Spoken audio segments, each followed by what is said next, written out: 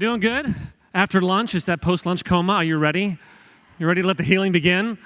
This is a TED Talk, not a TED, so I didn't know you could do that, but that's wonderful. I'm glad that we're doing that together. By the way, I've had an amazing time. Have you had a great time so far? It's been incredible, yeah. I'm learning so many things. Like one thing I learned was that you could invite both your wife and your girlfriend to the policy circle. I didn't know.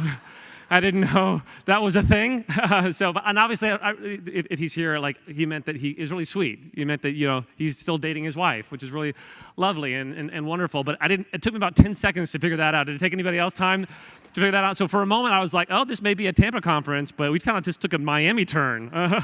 This is exciting. So I'm really happy to be here. So here we go. In 1982, a young man named Tony Cavallo was working in the sweltering Georgia heat under his favorite Chevrolet Impala, a vintage car, and suddenly the jack slipped and the car actually fell on his chest, 3,000 pounds. He was freaking out, and it was, he didn't know if he was going to make it. He thought maybe he was going to die, and then suddenly he felt the weight lift off his chest just enough for him to get out from under the car, and when he did, he looked around to see who had helped him, and he looked to see whether it was his friends or whether it was like fellow mechanics, and it wasn't actually. He was shocked to see that it was actually his aging mother. His mom had been nearby, heard the noise, and came out and summoned just enough strength to lift the car just enough for him to get out from underneath the car. He looked at his mom looked at him, and she said these words with trembling hands. She said, "I didn't know I could do that. I didn't know I could do that." That's a key phrase for our conversation today. For thousands of years, all throughout human history, human beings, countless human beings, have experienced what physicians call hysterical strength. These moments of punctuated strength that come from us, and they allow us to do things that we didn't realize that we could do. And whether it's saving someone from a burning building, or rescuing someone out of an ice-filled river, or yes, a mother lifting a car off of her son, there's these moments when we access power that we didn't realize that we had. Now, this happens not just in the physical realm, but also in the leadership realm. For those of you who remember, when Nelson Mandela became the president after apartheid South Africa, he said, we always call it that it's impossible until it's done. Walt Disney said, as he opened up the Disneyland and changed the face of entertainment forever, he said, it's always fun to do the impossible. And then, of course, Amelia Earhart said before she flew solo across the Atlantic that dreams don't know anything about boundaries. And when we think about this, we think about the capacity of the human spirit, the capacity that you have in this room right now to do things that you didn't even know that you could do. That's what we want to kick around a little bit. And the question I want to ask is not how did Amelia do it, not how did Nelson do it, not how did Walt do it. The question I want to explore just for a few moments isn't why that happened, but why doesn't it happen more? So I get to run an executive coaching firm, and we have dozens of coaches all over North America working with hundreds of leaders who are already really good at what they do. We work with elected officials. We work with people who are running multi-billion-dollar companies. We work with professional athletes. We work with some of the most famous entertainers on earth. And I can tell you after 10 years of studying high performers, and I can tell you after studying thousands of people over a long time, that every leader, and I invite you to write this down, every leader suffers from the same two leadership challenges. Now, I want to pause just for a moment for you to think about what are some of your great leadership challenges right now. Maybe it's familial challenges, maybe it's marital challenges, maybe it's overhead challenges, maybe it's team building challenges, etc. But I promise you, in our research, what we've discovered is every leader has the same two leadership challenges, and they go like this. The first leadership challenge that every leader has, and we've ever worked with, including myself, is every leader drastically underestimates what they're capable of. Every leader does. Take it to the bank. I don't care who you are, how good you are, how far you've gone. Every leader drastically underestimates what they're capable of. And the second is like it. It says every leader drastically underestimates what people around them are capable of. You see, it's interesting that human beings have this intuition about what they're capable of, and almost always they're wrong. So a quick show of hands, how many of you have ever been wrong about something? Yeah, great. So you're still with me. That's fantastic. Yeah, me too. And by the way, I want you to think about what does it feel like when you're wrong? The emotion, the pang, when you're wrong. What does it feel like? So I've been married for 27 wonderful, beautiful days. Thank you. I highly recommend being married for 27 days. It's terrific. I think everyone should try it. It's wonderful. We should create incentives for it. It's wonderful. Maybe we can add that to the policy circle. It'll be great. And what I've discovered from being married, and if you've been married for any length of time, you've discovered this too, is how often you're wrong. Has anyone, maybe not you, but your husbands have experienced this. That they are wrong. And I don't want to be stereotypical, but I didn't realize that I was wrong about how many pillows belonged on a bed. I came like 2. That's all you need, 2, 1, 2. And what I realized, if I were to ask you how many pillows belong on a bed, it's a trick question. It's as many as you can fit, right? And so, which is fine. And I've discovered that I'm wrong, of course, in marriage, which is great. I love learning there. But also, I realize I'm wrong in leadership. Have you ever realized that you're wrong, like just in leadership as well? So recently, less hands there. Okay. So recently, I got to interview. We have a podcast. Our company has a podcast called Beyond High Performance, and I'm so proud of it. And I was getting to interview Ed Catmull. Ed Catmull is the founder of Pixar Animation, the president of Disney Animation. He wrote a New York Times bestselling book called Creativity Inc. Just an amazing human being, and I've been friends with him for a little while, and I was so excited to interview him. And I remember the interview was on a Monday. That's what was in my head. Monday. Interviews on Monday. And I studied, did the prep, everything for months, and I got up in the morning and looked at my calendar, and there was no Ed on my calendar. And so I quickly text my chief of staff, and I say, "Where's Ed on the calendar?" And she said, "No, it's not Monday, it's Tuesday." And I said, "No, it's Monday. I've seen the emails. I've done this is all texting. No, it's Monday." She's like, "No, Jason, it's Tuesday." I said, "No, it's Monday. I'm looking at the calendar. It's Monday. It's Monday." She goes, "Have you looked at Tuesday's calendar?" You can see like the little ... delete, ... delete, ... delete. I said, "Oh, it's on Tuesday." And then she gave me the little thumbs up emoji because she couldn't give me the other finger emoji. And in that moment, I was so embarrassed. I was so a little ashamed, a lot defensive. Right? Have you ever been there? Like when you're just wrong, embarrassed, ashamed. And here's what's fascinating, because remember the question I asked: what is it like to be wrong? And as we do this, as I give this talk around the country, and our coaches get to work with our clients and our teams, oftentimes we ask this question: what is it like to be wrong? And that's the expression that people say: oh, ashamed, defensive, scared, embarrassed, that kind of thing. And here's the deal: that's not true. It's all wrong. Shame, embarrassment, being defensive, that's not what we experience when we're wrong. That's what we experience when we discover that we're wrong. What does it feel like when you're wrong, but you haven't discovered it yet? It feels exactly like being right.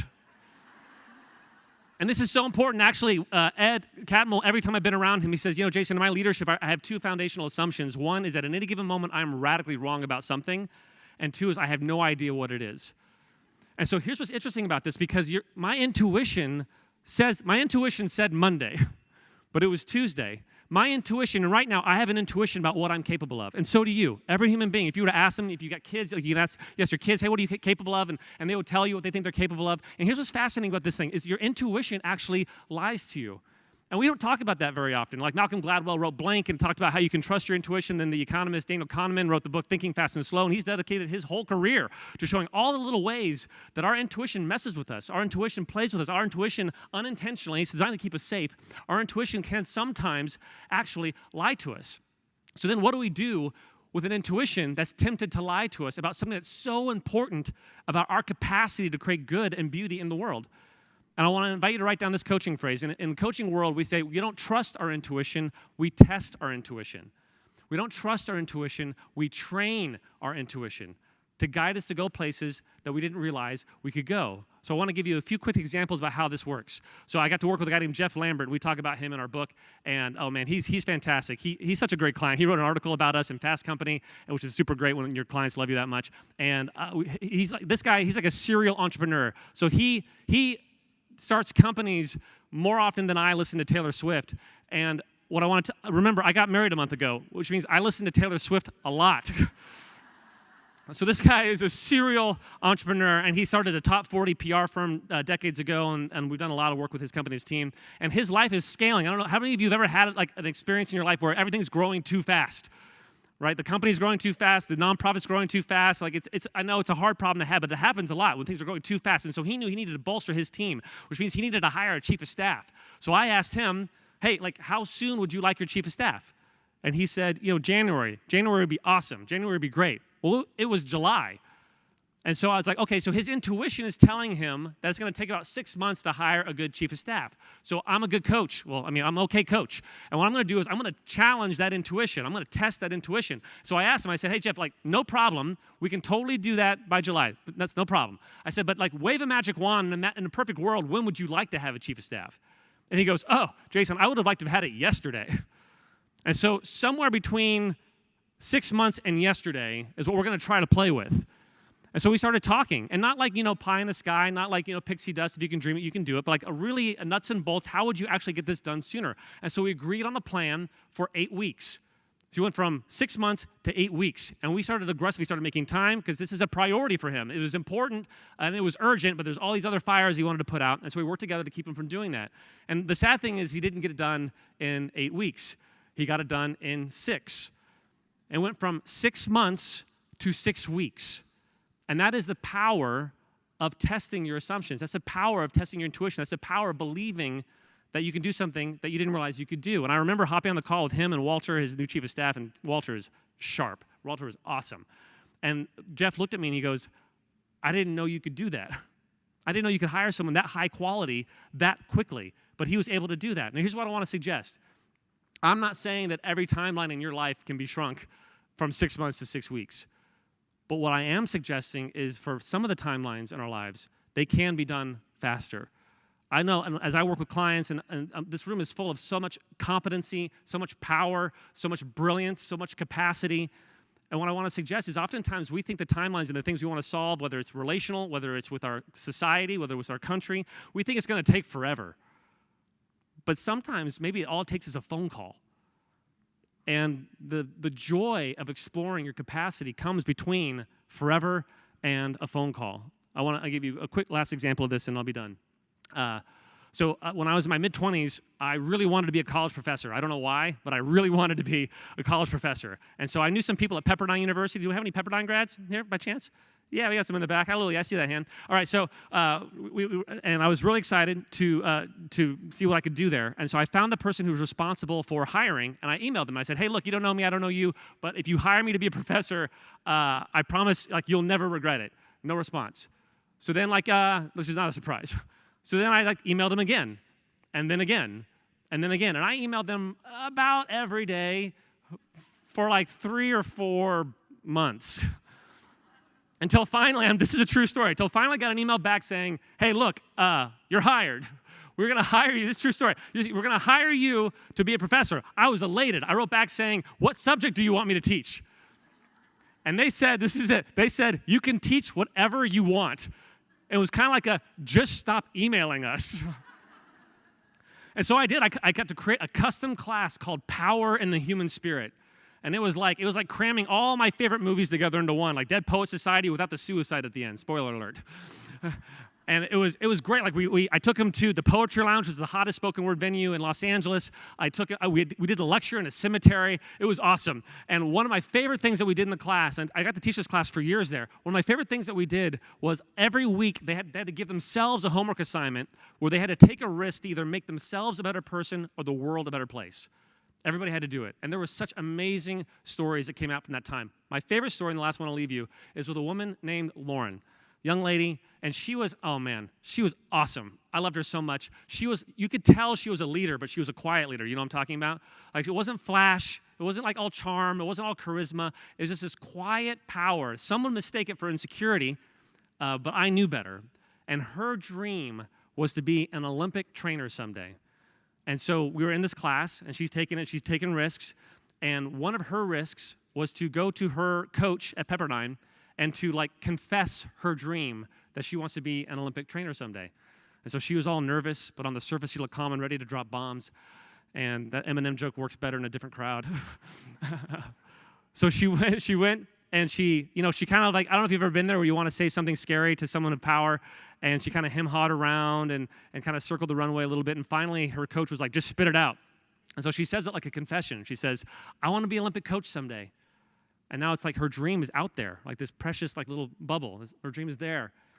And the coach took that bubble and just burst it. Yeah, that's not where you thought the story was going to go. He goes, hey, Lauren, that's really hard, really competitive. You'd have to get an internship in Colorado Springs with the headquarters there. That's super competitive. And she just starts to put her head down and her eyes start to well up. He's like, yeah, you'd have to know somebody that to pull strings for you. The possibility of that happening is just astronomically small. And her head just sinks. And then she hears the strangest thing. She hears him pick up the phone. She hears him dial a number, and he says, hey, Karen. Yeah, hi. How's Colorado? Good. Hey, I've got a young lady here, and she would be perfect for your internship. Hands Lauren the phone. And that summer, she became an intern in Colorado Springs at the Olympic headquarters. That's right, yeah. And here's what I want to suggest. Imagine what would happen in the policy circle if we just took a little more risk. Not a lot, just a little bit. Imagine if we would begin to doubt our intuition, begin to test our intuition, begin to train our intuition to believe that we are capable of more than we think. And that's my hope for you. My hope for you, may you, Policy Circle, may you enjoy the thrill of being wrong about the greatness that's inside of you. May you enjoy the thrill of taking risks. May you enjoy the thrill of going from forever to phone calls. May you go beyond high performance so that a year from now we can gather again and we can all share stories and then say over and over and over again, I didn't know I could do that. Thanks, everybody. Good job. Thank you.